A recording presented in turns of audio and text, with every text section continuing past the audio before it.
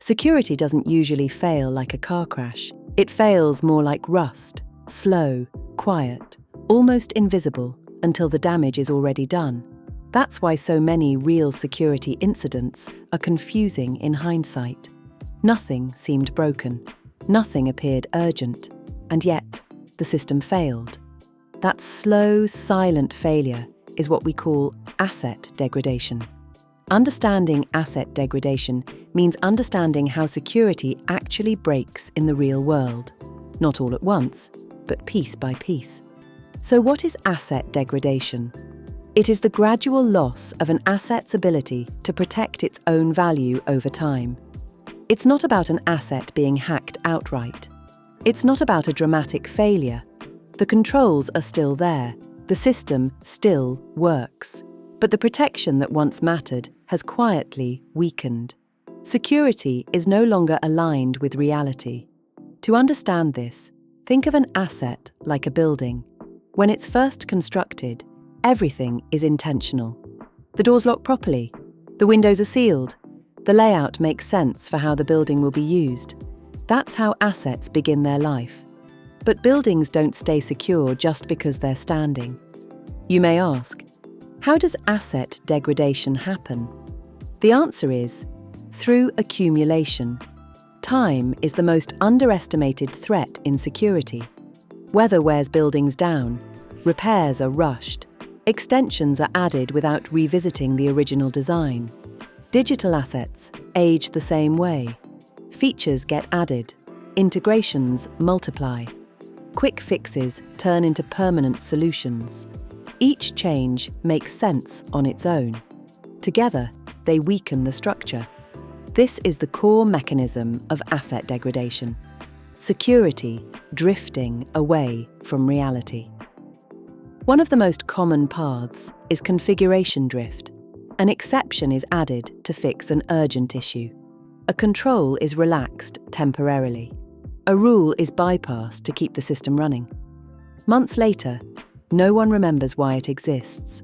The asset still functions, but its original security assumptions are gone. Another path is dependency aging. Assets rely on libraries, platforms, APIs, and services they don't control. Those dependencies change, decay, or become vulnerable. Even if the asset itself never changes, its security does. It's like installing a strong lock on a door, but attaching it to a weakening frame. The lock still works. The door doesn't. What are the key features of asset degradation? Degraded assets tend to share the same warning signs. The first is false normality. The system runs. The service is available.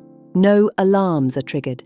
Everything looks fine, which is exactly why degradation goes unnoticed. The second feature is silent expansion of access. Permissions accumulate. Accounts are reused. Service identities gain broader access than intended. What started as least privilege slowly becomes everyone can reach everything. From a business perspective, nothing looks wrong. From a security perspective, the asset is wide open. The third feature is monitoring decay. Logs still exist, but no one reads them. Alerts still fire, but they're ignored. Noise trains people to stop paying attention. The asset isn't unmonitored. It's effectively unseen. Then there's context drift. An asset designed for internal use becomes externally accessible. A test system begins handling real data. A low-value service becomes business critical. The asset hasn't changed, but its importance has. Security that was once adequate is now insufficient. From an attacker's perspective, degraded assets are easier than poorly designed ones. Attackers don't need systems to be broken. They need systems to be tired. Degraded assets are attractive because they are predictable. They don't need to fight strong defenses.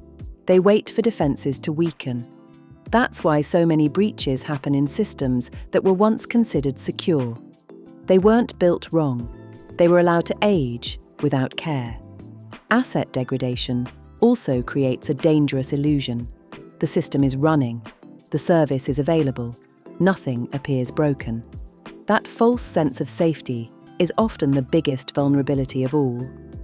So, the final question: how do we prevent asset degradation? It is not about locking everything down forever. Preventing asset degradation is about maintenance. Buildings stay secure because they're inspected, repaired, and reinforced. Assets require the same mindset. First, treat assets as living systems, not finished products. If the asset changes, security must change with it. If context changes, assumptions must be revisited. Second, continuously reassess value and exposure. Ask simple questions. What is this asset worth now? Who can reach it now? What happens if it fails now? Third, actively fight silent decay. Review access, review dependencies, review whether monitoring still produces meaningful signals. Security is not something you complete. Assets decay if you don't maintain them, and attackers are very good at finding the places where security has simply grown tired.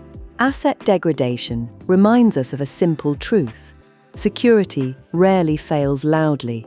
It fails quietly, one small compromise at a time. Understanding that process is the first step towards stopping it.